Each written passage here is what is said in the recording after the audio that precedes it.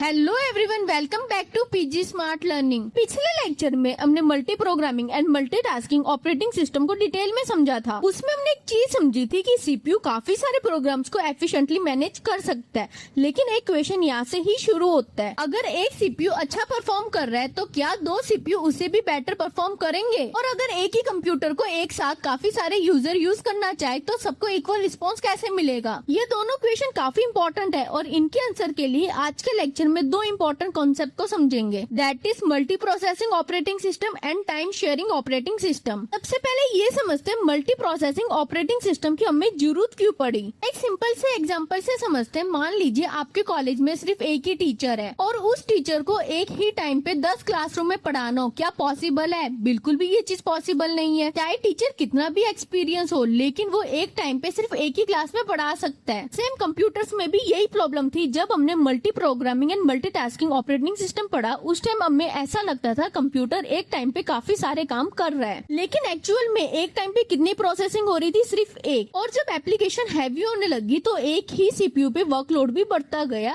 तो उस टाइम ये चीज सोची गई कि सीपीयू को और बिजी करने की बजाय वर्कलोड को ही क्यों ना डिवाइड किया जाए, और इससे डेवलप हुआ मल्टी प्रोसेसिंग ऑपरेटिंग सिस्टम। तो अब मल्टी प्रोसेसिंग ऑपरेटिंग सिस्टम का मीनिंग क्या होता है? मल्टी का मतलब क्या हुआ? एक से ज्यादा। प्रोसेसिंग का मतलब क्या हुआ? एग्जीक्यूशन। तो मल्टी प्रोसेसिंग का सिंपल सा मतलब होता है एक सिस्टम में मल्टीपल प्रोसेसर मिलकर प्रोसेसिंग करेंगे, लेकिन ये प्रोसेसर अपनी मर्जी से काम नहीं करते। इन सबको मैनेज कौन करता है? Operating system. Operating system decide करता है कि कौन सा प्रोसेसर किस प्रोसेस को एग्जीक्यूट करेगा।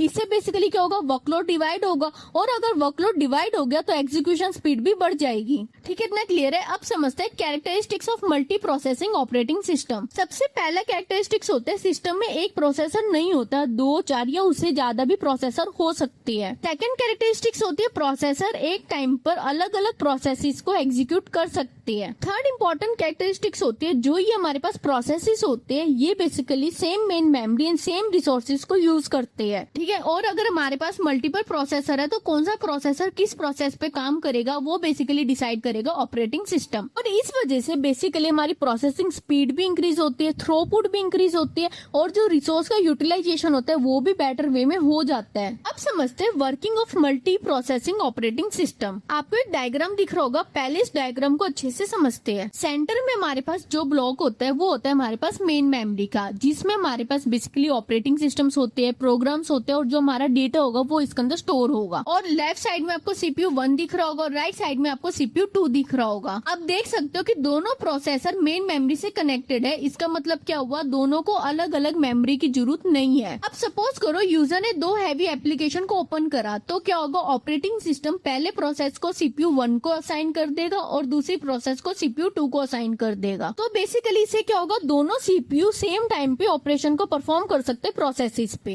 और अगर आप ये सोचो कि प्रोसेसर को अगर कीबोर्ड से, हार्ड डिस्क से, प्रिंटर से डेटा चाहिए, तो बेसिकली क्या होगा? तो सीपीयू डायरेक्टली डिवाइस के पास नहीं जाएगा। उसके लिए आप देख सकते हो नीचे हमने आईओ प्रोसेसर का यूज किया है। तो जो ये आईओ प्रोसेसर है ये डिवाइस से कम्युनिकेट करेंगे और रिक्वायर्ड डेटा को मेन मेमोरी तक पहुंचाएंगे। तो इस अरेंजमेंट से सबसे बड़ा बेनिफिट क्या हुआ? सीपीयू अपना प्रोसेसिंग को कंटिन्यू रखेगा और input output processor input output operations को हैंडल करेगा। और फिर आप देख सकते हो इससे हमें क्या बेनिफिट्स मिले। फास्ट हमारी एग्जीक्यूशन हो रही है क्योंकि दोनों सीपीयू अपना काम कर रहे हैं और इनपुट आउटपुट डिवाइस अपना काम कर रहे हैं। बेटर सीपीयू यूटिलाइजेशन होगी और ओवरऑल हमारी सिस्टम की भी परफॉर्मेंस इंक्रीज हो गई। एक इंटरेस्टिंग टॉपिक को समझते हैं कि क्या हर multi processing system same way में काम करते हैं। हमारे पास दो टाइप के आर्किटेक्चर यूज होते हैं। सबसे पहला होता है symmetric multi processing and second होता है असिमेट्रिक मल्टी प्रोसेसिंग। सबसे पहले समझते हैं सिमेट्रिक मल्टी प्रोसेसिंग। इसमें बेसिकली सारे प्रोसेसर इक्वल होते हैं, कोई भी प्रोसेसर किसी भी प्रोसेस को एग्जीक्यूट कर सकता है। और इसमें बेसिकली क्या होता है? ऑपरेटिंग सिस्टम सारे प्रोसेसर के बीच में वर्कलोड को भी बैलेंस करता रहता है। ठीक है, इतना क्लियर है? और ये सबसे ज्यादा कहाँ यूज होते हैं? जैसे कि मॉडर्न कंप्यूटर्स हो गए, सर्वर्स हो गए। आप समझते हैं asymmetric multi processing. Simple form में ये समझो, यहाँ पे एक प्रोसेसर बॉस होता है और बाकी प्रोसेसर उसके अकॉर्डिंग काम करते हैं। मतलब कि मास्टर स्लेव का यहाँ पे रिलेशन होता है। बेसिकली जो मास्टर प्रोसेसर होता है वही डिसाइड करता है कि कौन सा प्रोसेसर एग्जीक्यूट करेगा। अब समझते हैं advantages of multi processing operating system. अब एक चीज समझो, अगर मल्टी प्रोसेसर एक साथ काम कर रहे हैं तो क्या क्या एडवांटेजेस हो सकते हैं? पहला एडवांटेजेस क्या होगा कि स्पीड इंप्रूव होगी। सेकंड एडवांटेजेस क्या होगा कि प्रोसेस जल्दी कंप्लीट होगी। थर्ड इसकी क्या एडवांटेजेस होगी, सिस्टम एक ही टाइम में ज्यादा काम कर पाएगा। नेक्स्ट क्या एडवांटेजेस हो सकती है, थ्रूपुट इंक्रीज होगी। और क्या हो सकता है, हमारे पास रिसोर्स यूटिलाइजेशन बेटर हो जाएगा। और अगर हमारा सिस्टम भी काफी अच्छे से डिजाइन हुआ तो रिलायबिलिटी भी हमारी इंप्रूव हो सकती है। अब इसकी लिमिटेशंस को समझते हैं। सबसे पहली लिमिटेशन क्या होगी, कॉस्ट। एक प्रोसेसर के कंपैरिजन में मल्टीपल प्रोसेसर लगाने पड़ेंगे जिसकी वजह से हमारी कॉस्ट बढ़ेगी। सेकंड क्या प्रॉब्लम आएगी, ऑपरेटिंग सिस्टम को मल्टीपल प्रोसेसर के बीच में कोऑर्डिनेशन को मेंटेन करना पड़ेगा। थर्ड क्या इसकी इंपॉर्टेंट लिमिटेशन हो सकती है, जो मेन मेमोरी का यूज कर रहे हैं दोनों सीपीयू के बीच में। अब यहाँ पे हमारे पास 2 से ज्यादा सीपीयू भी हो सकते हैं, तो उस मेन मेमोरी को सेफली मैनेज करना ताकि कोई भी प्रॉब्लम ना आए। तो इससे हमें एक चीज समझ आई कि परफॉर्मेंस तो काफी इंप्रूव होगी मल्टी प्रोसेसिंग से, लेकिन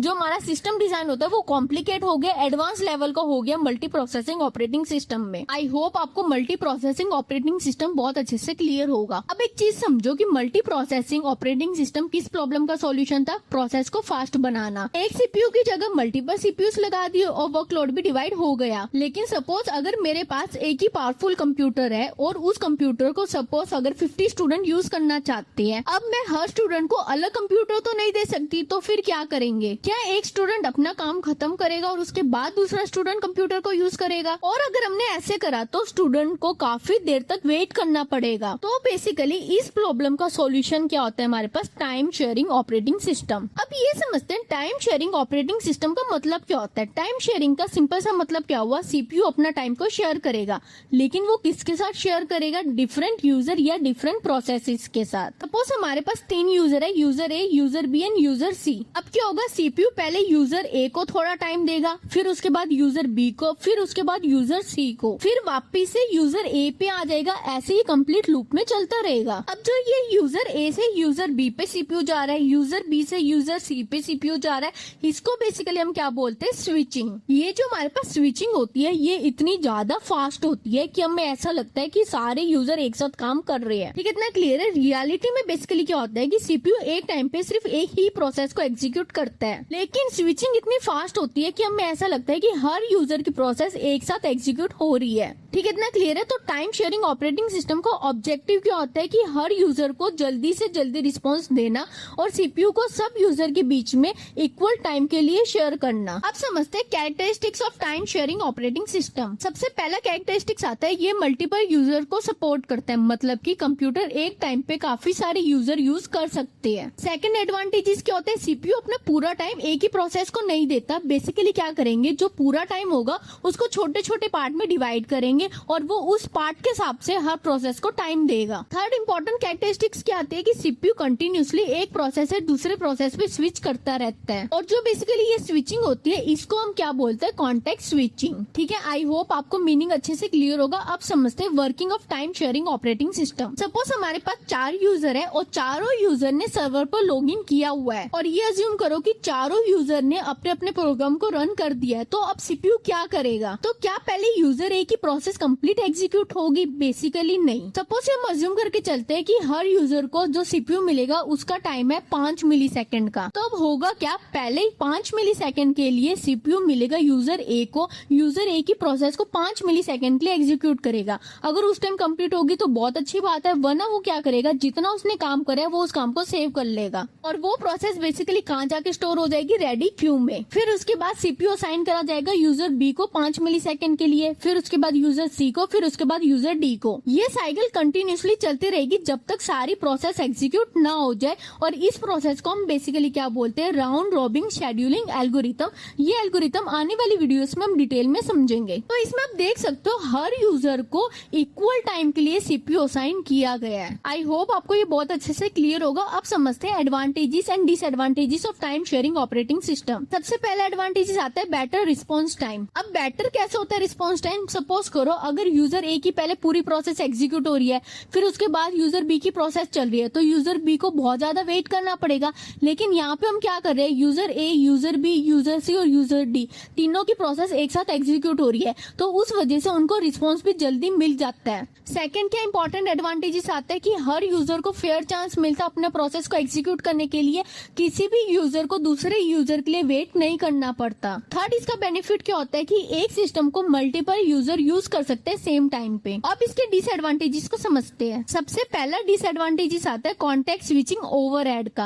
हमने बेसिकली क्या देखा कि सीपीयू बेसिकली स्विच कर रहे हैं डिफरेंट यूजर्स के बीच में, जिसकी वजह से क्या होता है सीपीयू का थोड़ा टाइम वेस्ट हो जाता है। उसी को हम क्या बोलते हैं कॉन्टेक्स्ट स्विचिंग ओवरहेड। सेकंड क्या डिसएडवांटेजेस आता है, अगर बहुत सारे यूजर्स हमारे यूज करेंगे सिस्टम को तो रिस्पॉन्स टाइम भी बढ़ेगा। क्यों बढ़ेगा? बेसिकली क्योंकि कॉन्टेक्स्ट स्विचिंग का हमारा टाइम क्या होगा, बढ़ता जाएगा इस वजह से। तो उसमें बेसिकली क्या होगा कि जितनी जल्दी पहले रिस्पॉन्स मिल रहा था तो उस केस में रिस्पॉन्स भी उनको थोड़ा धीरे मिलेगा, क्योंकि सीपीयू ज्यादा टाइम किसमें वेस्ट करेगा, कॉन्टेक्स्ट स्विचिंग में। और बेसिकली क्या होगा, अगर हमारे पास 100 यूजर है तो जो फर्स्ट यूजर है उसकी चांस कब आएगी, जब 99 यूजर को हमारा सीपीयू मिल जाएगा, उसके बाद उसके वापस से चांस आएगी। और इसमें हमारे पास सिक्योरिटी इश्यूज भी आते हैं। आई होप आपको ये बहुत अच्छे से क्लियर होगा। अब काफी स्टूडेंट्स को ये डाउट होता है कि मल्टीटास्किंग और टाइम शेयरिंग में हम काम सेम कर रहे हैं तो क्या डिफरेंस होता है। सिंपल फॉर्म में अगर हम एक लाइन में डिफरेंस समझे तो क्या होगा, मल्टीटास्किंग में हमारे पास एक ही यूजर होता है जो मल्टीपल टास्क को परफॉर्म करता है, और टाइम शेयरिंग में क्या होगा, हमारे पास मल्टीपल यूजर्स होंगे और एक ही हमारे पास सिस्टम होगा।